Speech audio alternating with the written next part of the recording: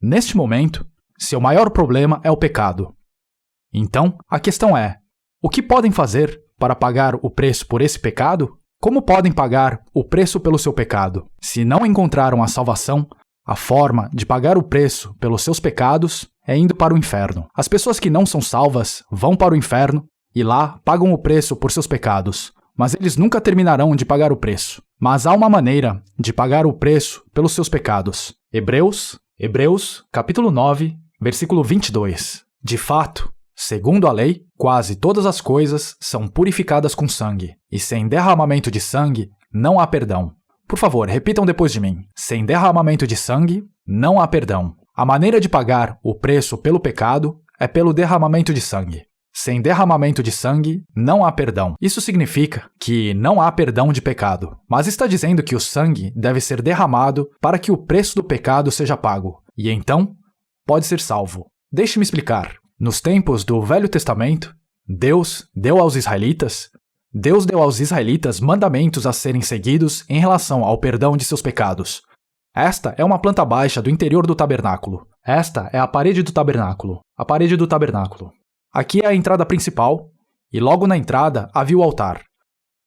Era aqui que os sacerdotes lavavam as mãos e os pés, pois aqui o interior tinha que se manter limpo. Esta parte do templo é chamada de lugar santo. É aqui que o pão da proposição ficava exposto. Este é o candelabro e este é o altar do incenso.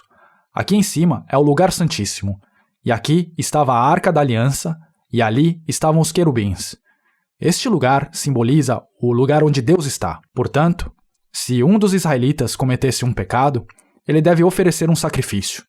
Ele entrega um cordeiro ou um touro ao sacerdote e o mata aqui no altar. Então, ele pega o sangue do animal e vai para o lugar santo, onde asperge o sangue. Ao redor da orla da vestimenta do sacerdote, havia alguns pequenos sinos dourados. As pessoas do lado de fora esperam ouvindo em completo silêncio e quando ouvissem o som desses sinos tocando, sabem que o problema de seu pecado está resolvido. Eles sabem que deveriam ter derramado seu próprio sangue por seus pecados, mas porque Deus os ama, ele não exigiu que eles mesmos derramassem o sangue, mas permitiu que o sangue do animal fosse derramado. Eles sabem que se oferecessem o sangue do animal diante de Deus como preço por seus pecados são perdoados. É por isso que Deus ordenou que eles oferecessem esses sacrifícios. Esta é a lei do sacrifício, as leis de sacrifício. Essas eram as partes da lei que regiam os sacrifícios. Em vez do indivíduo ter que derramar seu próprio sangue, Deus permitiu que um animal fosse abatido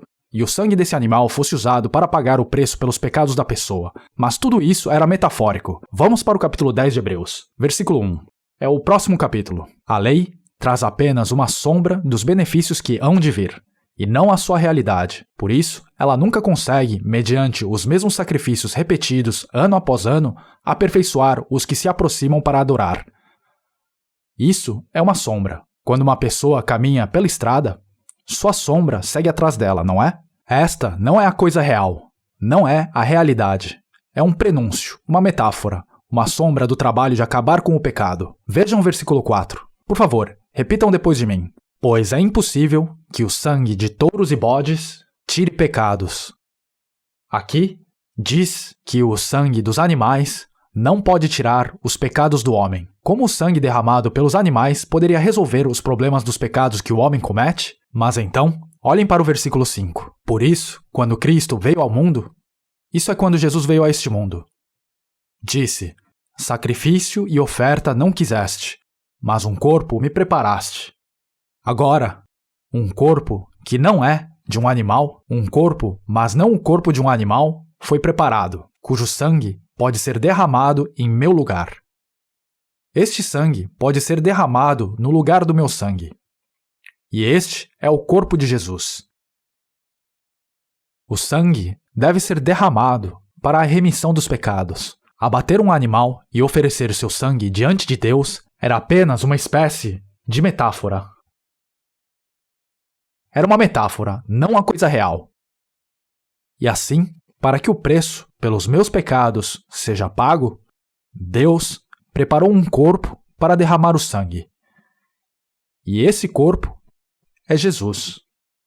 Vamos para o capítulo 1 de João. Mantenha um marcador aqui no capítulo 9 de Hebreus. Hoje, ao ler esses versículos da Bíblia, poderão resolver o problema em seu coração com apenas um desses versículos. Basta um versículo. Não são necessárias muitas palavras para resolver o problema em seu coração. Tudo que precisa é crer apenas num único versículo. Então, quando a palavra de Deus entra em seu coração, a Bíblia fala sobre aqueles que recebem a palavra de Deus. Aqueles que recebem a palavra de Deus se tornam deuses. Então, ao passarmos por estes versículos da Bíblia, gostaria de dizer com antecedência para não esperar nenhum tipo de sentimento estranho. É simplesmente uma questão de saber se essas palavras aqui fornecem ou não uma resposta para o seu problema de pecado. Eles resolvem o problema do pecado para você ou não? Isso é tudo que você precisa pensar. Essas palavras da Bíblia resolvem o problema do seu pecado ou não? Esta é a questão. Versículo 29. João, capítulo 1, versículo 29. No dia seguinte, João viu Jesus aproximando-se e disse: "Por favor, repitam depois de mim. Vejam, é o Cordeiro de Deus, que tira o pecado do mundo." Veja o que diz aqui sobre Jesus. Por que Jesus é o Cordeiro de Deus? O sacrifício oferecido pelos sacerdotes, quando eles matavam um animal aqui no altar e ofereciam seu sangue diante de Deus, profetizava Jesus, que veio como Cordeiro de Deus para levar sobre si o pecado do mundo e pagar o preço por esses pecados ao derramar seu sangue. Vejam, é o Cordeiro de Deus que tira o pecado do mundo. Este altar aqui representa a cruz. Esta é a cruz. Por que Jesus derramou seu sangue na cruz? Vejam, é o Cordeiro de Deus que tira o pecado do mundo. Jesus levou sobre si todos os pecados de todas as pessoas deste mundo. Na cruz, Jesus levou sobre si todos os pecados de todas as pessoas, desde os pecados de Adão até os pecados da última pessoa no último dia do mundo. É por isso que ele derramou seu sangue na cruz. O que isso significa? Dessa forma, ele estava pagando o preço pelos seus pecados e pelos meus. Ele pagou o preço do pecado em nosso lugar. Vamos abrir agora 2 de Coríntios, capítulo 5. 2 de Coríntios, capítulo 5. Deixe-me ler o versículo 19 primeiro, ou seja, que Deus em Cristo estava reconciliando consigo o mundo. Por favor, repitam depois de mim, não levando em conta os pecados dos homens. Olha o que diz aqui. Seus pecados também estão aqui quando diz os pecados dos homens. Deus não imputou seus pecados a eles. Ele imputou esses pecados a Jesus. Agora olhem o versículo 21. Por favor, repitam depois de mim. Deus tornou pecado por nós aquele que não tinha pecado, para que nele nos tornássemos justiça de Deus. Vejam isso. Jesus não conhecia o pecado. Se Jesus tivesse cometido algum pecado ou conhecido algum pecado, ele não estaria qualificado para carregar nossos pecados. Por quê? Porque ele teria que lidar com seu próprio pecado. Então, como ele poderia lidar com o meu pecado? Suponha que 2 homens roubaram algo e ambos foram presos. Ambos cometeram o mesmo crime, mas suponha que um deles tivesse um coração particularmente bondoso e dissesse ao policial que os prendeu: "Nós 2 fomos presos por roubo, mas pagarei também pelo crime desse homem." Então, o que diria o policial? "Seu malandro, você cometeu seu próprio crime, não é? Se você cometeu um crime, você tem que pagar a sua própria pena. Uma pessoa com seus próprios pecados não pode pagar pelos pecados de outra pessoa.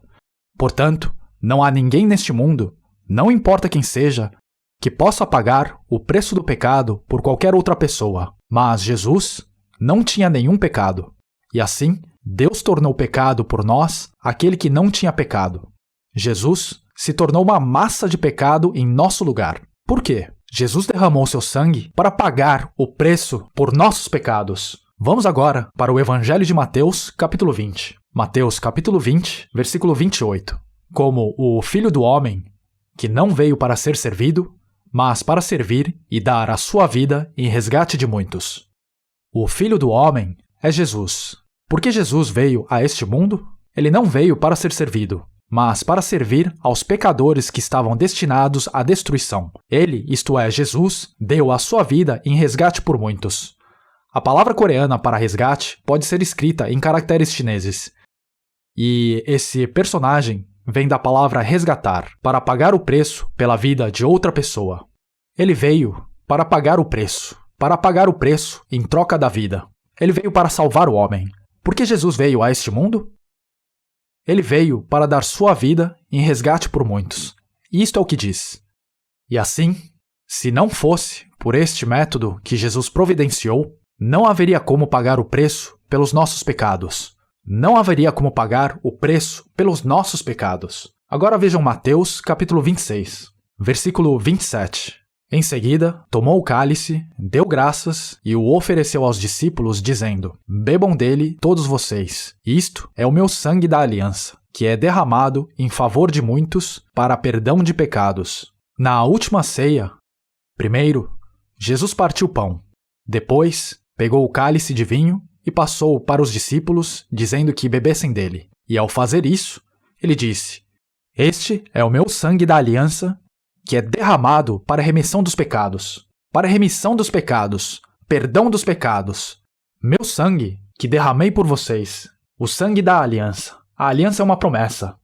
Ele disse que este era o sangue que continha a promessa do perdão dos pecados. Isto é o que Jesus disse. Se pensarem sobre isso, provavelmente saberão se essas palavras são ou não uma solução para os problemas dos pecados que cometeram. Se reconhecem essas palavras e realmente acreditam nelas exatamente como são, saberão o que Jesus quis dizer quando disse que o sangue que derramou na cruz foi para o perdão dos pecados de muitos. Então, quando ele disse sangue da aliança, o que isso significava? Uma promessa é uma espécie de contrato. Quando falamos do Velho Testamento e do Novo Testamento, a palavra testamento significa promessa. O Velho Testamento é a promessa que Deus deu ao homem por meio da lei. Mas o homem não pode ser salvo pela promessa da lei. O Novo Testamento significa a nova promessa. E essa nova promessa é a promessa de perdão por meio do sangue de Jesus.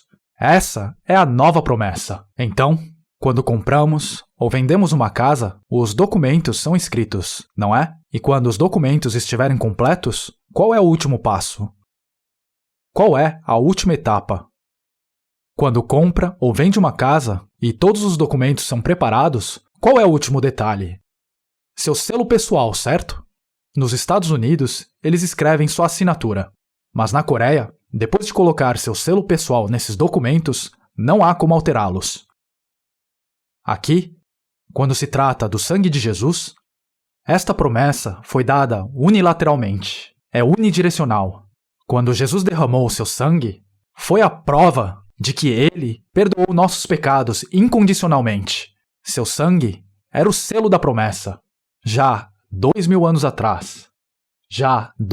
atrás, quando Jesus derramou seu sangue na cruz, seu sangue foi derramado por causa dos seus pecados e dos meus. O sangue de Jesus não continha nenhum pecado, e é por isso que seu sangue conseguiu perdoar todos os pecados de todas as pessoas do mundo.